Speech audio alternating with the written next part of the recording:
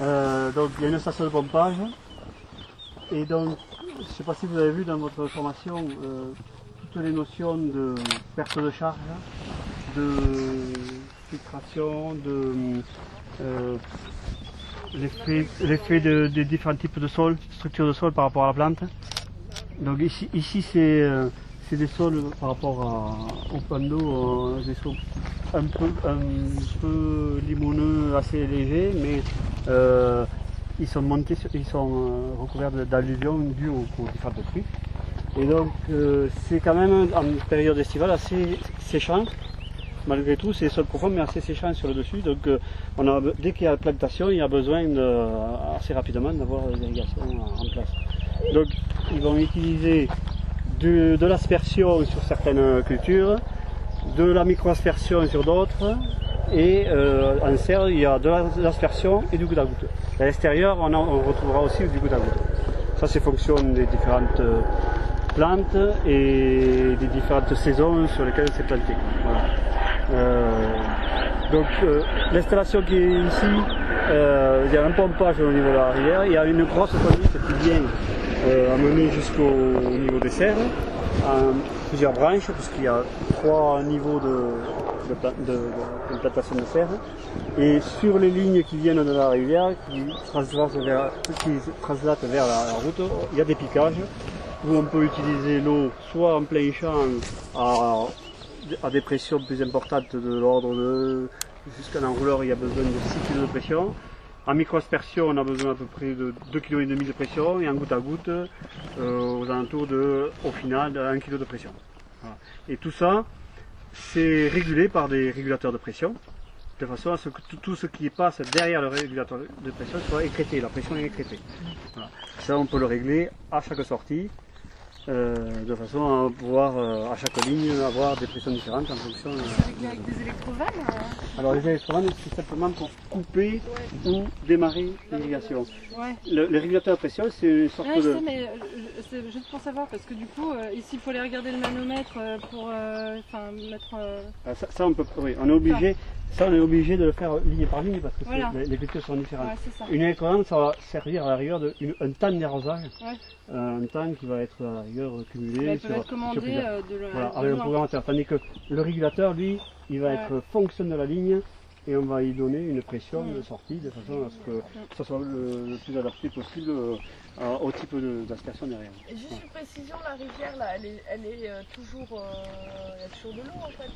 Alors, l'été quand ça non, se alors ici c'est un peu spécial parce qu'il y a à peu près 5 années sur 10 où on va avoir de la régulation, c'est-à-dire sur la rivière on va avoir des jours de pompage dans la semaine autorisés, des jours.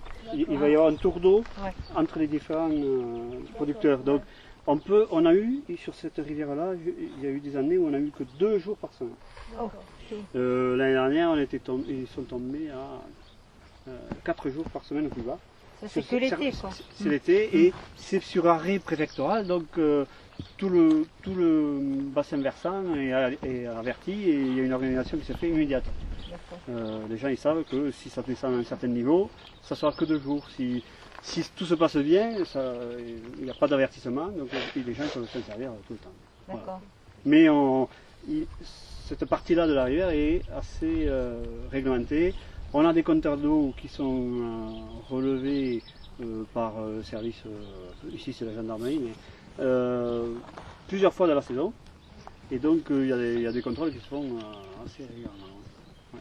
Notamment pour les gens qui s'en servent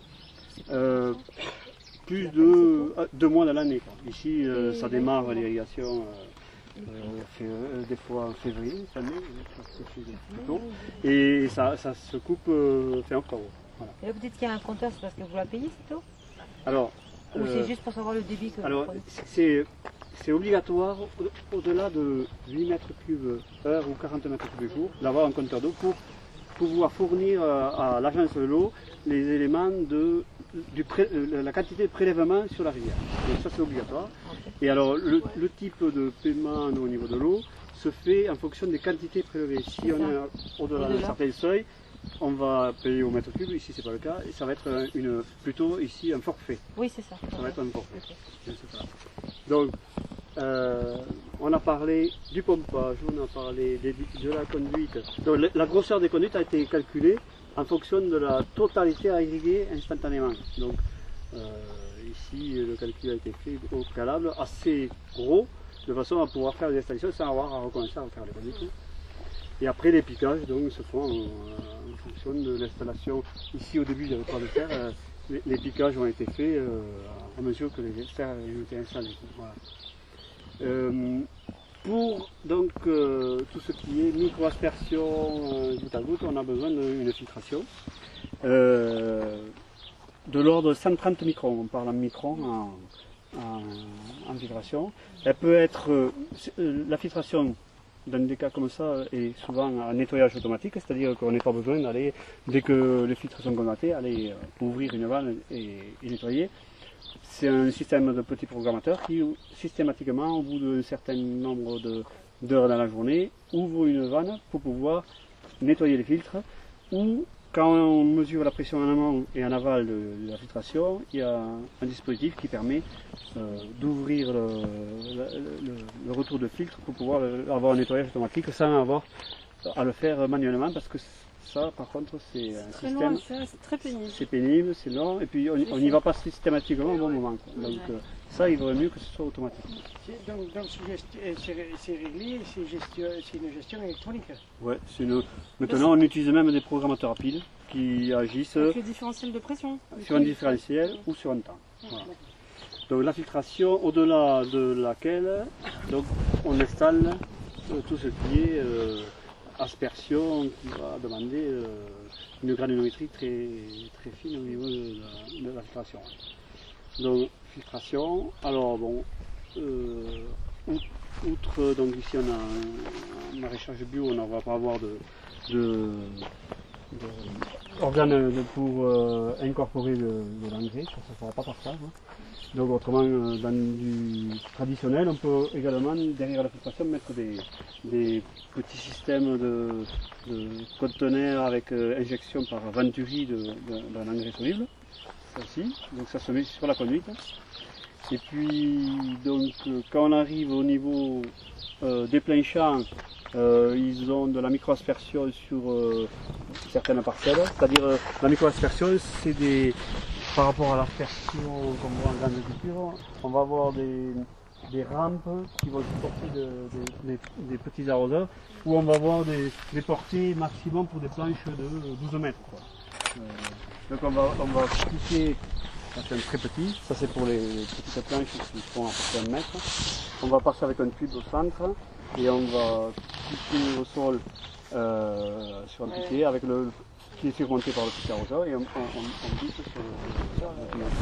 Ça c'est le très petit qui va arriver jusqu'à ça c'est les planches à alentour d'1 mètre et les plus gros sont montés sur des piquets qui font à peu près 1 mètre de haut et des arroseurs qui vont faire là de 35 litres jusqu'à 610 litres au maximum. Et ça va être fonction de la portée, du recroisement, de la quantité d'eau amenée instantanément. Ça c'est un des derniers petits arroseurs qui est très facile à utiliser et peu cher. Un exemple, un piquet galva, une remontée comme ça et un tubing qui vient dans le sol, on est inférieur à 10 €. Voilà. Et ça on est aux alentours de 1,50 €. Bon, plus c'est petit, plus il faut les mettre rapprochés pour avoir une bonne répartition et un bon recroisement. Ça c'est des exemples de ce qui se fait le plus à l'heure actuelle. C'est des plus petites rampes, les plus petites planches jusqu'aux plus grosses. Au-delà de ça, on passe sur des ou des planches beaucoup plus larges, on passe sur des arroseurs de ce style-là. Où là on a les portées en allant jusqu'à une quinzaine de mètres. Voilà. Ça c'est pour l'aspersion en plein champ. Et également vous avez sur le bas de la parcelle un micro-enrouleur. Donc la différence avec l'aspersion classique, un micro-enrouleur c'est une machine. Hein. C'est une machine qui est surmontée, une bobine qui est surmontée d'un tuyau. On déroule ce tuyau tout le long de la parcelle de façon à ce qu'on enroule le tuyau. À la vitesse où on enroule le tuyau, on va arroser une bande qui va correspondre à la largeur de la portée de l'arroseur. Donc, le moteur qui va faire enrouler cette bobine, ça va être le passage d'eau. C'est une turbine qui, elle, quand on y fait passer l'eau à travers, va tourner et en tournant, elle va faire enrouler la bobine. Et donc, ça, l'avantage par rapport à d'autres types d'irrigation, c'est que sur la parcelle, une fois que l'arrosage est terminé, il ne reste plus rien. On a la machine qui est sur le bord, tout l'ensemble est libre, il n'y a plus de tuyaux, il n'y a plus rien. Donc si on veut faire des passages mécaniques, si on veut faire autre type d'intervention sur la culture, il n'y a rien qui dépasse, il n'y a rien qui gêne. Tandis que quand on est sur des planches avec de l'aspersion, on a systématiquement des arroseurs qui pourraient gêner, des conduites qui pourraient gêner, donc il faut des fois déplacer. Donc c'est un choix qui ici a permis de pouvoir faire des cultures avec des interventions humaines sans avoir à déplacer les conduites. Avoir un mini enrouleur sur une exploitation comme ça, c'est important pour avoir une polyvalence d'intervention. Voilà. Alors au niveau des serres, on va retrouver la plupart du temps dans toutes les serres ici, à la fois de l'aspersion sur la partie haute et du goutte à goutte sur la partie basse. Donc alimentation à chaque serre séparée par la partie haute où on va tourner avec des pressions supérieures de bas et la partie basse avec des pressions aux alentours d'un bas. Donc systématiquement dans chaque serre vous avez une colonne à l'arrivée et une répartition sur la partie haute et la partie basse pour avoir deux pressions différentes.